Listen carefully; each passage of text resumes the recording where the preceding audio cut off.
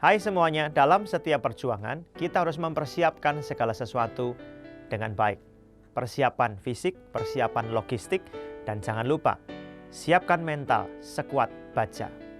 Kenapa? Karena dalam setiap perjuangan pasti ada tantangan, kesulitan yang harus dihadapi. Dan hanya orang-orang yang punya mental yang kuatlah yang bisa memenangkan medan perjuangan itu.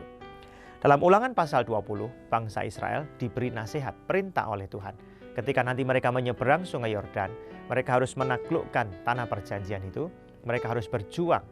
Tetapi sebelum berjuang, mereka harus memastikan kerohanian mereka siap, mental mereka siap. Untuk itu seorang imam harus tampil dan mengingatkan mereka pada firman Tuhan. Orang-orang yang punya potensi lemah hati disuruh pulang. Siapa itu? Yang baru bertunangan, tentara yang baru bikin kebun, bikin rumah, mereka disuruh pulang, nggak boleh ikut ke medan perang. Ayat 8 dikatakan, lagi para pengatur pasukan itu harus berbicara kepada tentara demikian. Siapa takut dan lemah hati, ia boleh pergi dan pulang ke rumahnya, supaya hati saudara-saudaranya jangan tawar seperti hatinya. Jika ada 1, 2, 3 tentara yang hatinya lemah, takut, dibiarkan ikut dalam ketentaraan, berjuang di medan perang, dia justru bisa merusak mental tentara yang lain, semangat juang tentara yang lain. Coba di tengah-tengah medan perang dia ketakutan, kemudian dia mempengaruhi teman-temannya. Kan yang tadinya berani bisa jadi takut. Padahal mental itu sangat diperlukan dalam setiap perjuangan. Demikian pula dalam kehidupan kita.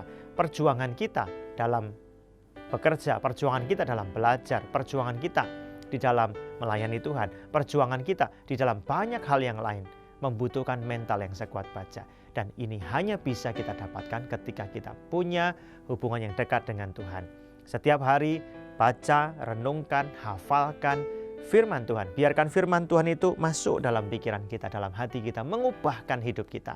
Dan jangan lupa, persiapkan mental, minta kekuatan dari Tuhan agar kita kuat menghadapi perjuangan-perjuangan dalam kehidupan ini. Di dalam masa-masa yang sulit, dalam dunia kerja, setiap orang harus menguatkan hatinya agar dia tidak mundur dan tidak mudah menyerah.